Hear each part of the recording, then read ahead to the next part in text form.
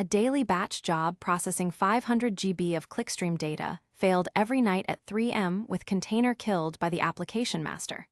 The team doubled container memory to 8 GB, but the real issue was a single reducer for a global sort. The reducer's heap couldn't hold all the keys, causing GC thrashing and container timeout. Here's exactly why. Let's start with the basics of MapReduce. Welcome to TheCodeForge. Before we dig into that production issue, let's cover MapReduce and batch processing. MapReduce splits a job into map and reduce phases, each run in parallel. Use it when you need to process terabytes of data that won't fit on one machine. Don't use it for real-time or small datasets, the overhead will kill you. Before MapReduce, processing a terabyte of data meant either buying a supercomputer or writing custom distributed code.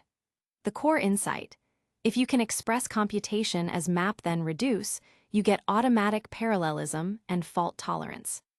Here's the canonical word count example. The map function emits a key-value pair for each word. The reduce function sums all counts for each word. The framework handles partitioning, sorting, shuffling, and fault tolerance. The map phase reads input splits and applies your map function. The output is a list of intermediate key-value pairs. The framework partitions these by key and writes them to local disk. A combiner can reduce data volume before the shuffle. This map function aggregates counts locally before emitting. Without a combiner, each word occurrence emits a separate pair. With this inline combiner, only one pair per unique word per mapper is emitted, reducing network traffic dramatically. Between map and reduce lies the shuffle, the most expensive phase. The framework sorts all intermediate keys, groups them, and transfers them to the correct reducer. If your keys are skewed, one reducer gets hammered while others sit idle. A custom partitioner can distribute hotkeys across multiple reducers. Here, if the key is a hot user, we use the value to spread its data across partitions. This balances reducer load and can cut job time from 14 hours to 2. The reducer receives an iterator over all values for a given key, applies your reduce function, and writes the output. The number of reducers is critical. Too few and you get long tails. Too many and you create thousands of tiny files that kill HDFS performance. Rule of thumb: set reducers to 0.95 times nodes times reduce slots per node. For CPU-heavy reduces, use 1.75 times that value. Also set memory appropriately. With 38 reducers, this job finished in 30 minutes instead of 6 hours with one reducer. MapReduce assumes tasks are independent and idempotent. When they're not, you get subtle bugs. For example, a reducer that writes to an external database. If the task fails and is re-executed, you get duplicate writes. The fix is to make reducers idempotent. Use UPSERT to avoid duplicates on re-execution. Without idempotency, a failed reducer re-executes and inserts a second row. With UPSERT, the count is overwritten correctly.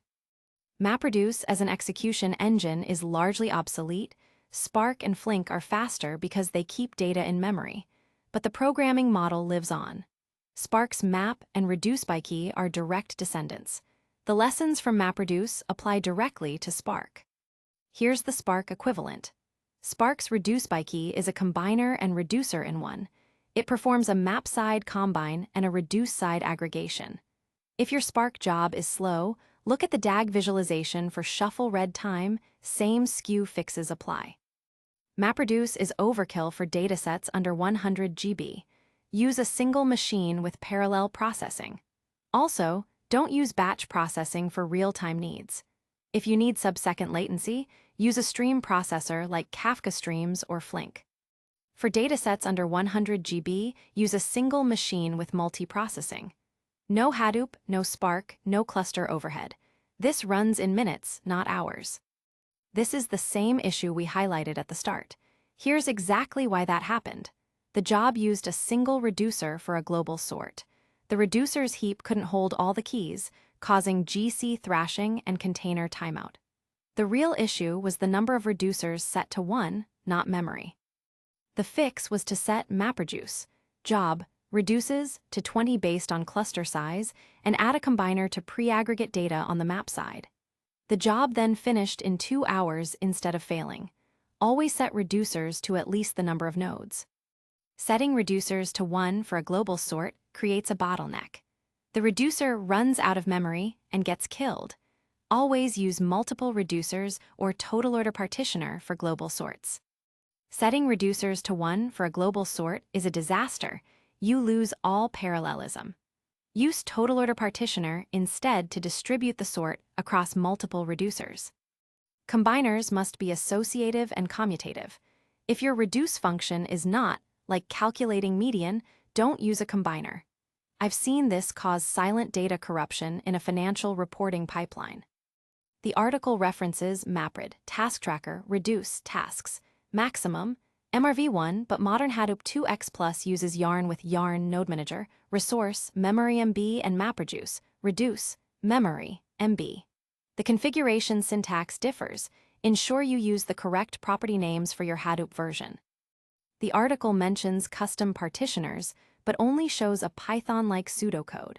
Here's a concrete Java implementation for Hadoop that handles a hotkey by distributing its values across reducers using a secondary hash.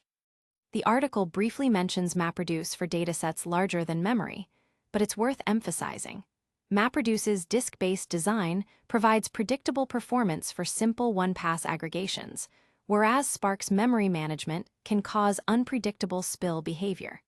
For stable SLAs on massive datasets, MapReduce can be more reliable.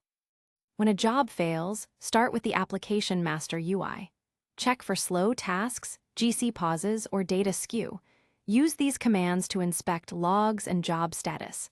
Increase memory or add a combiner as needed. Let's run through some common interview questions. How does MapReduce handle node failure during reduce? ApplicationMaster reschedules task on another node. New reducer fetches input from HDFS. When choose MapReduce over Spark. When dataset larger than cluster memory and job is simple one-pass aggregation, MapReduce spills to disk predictably. What is difference between combiner and reducer?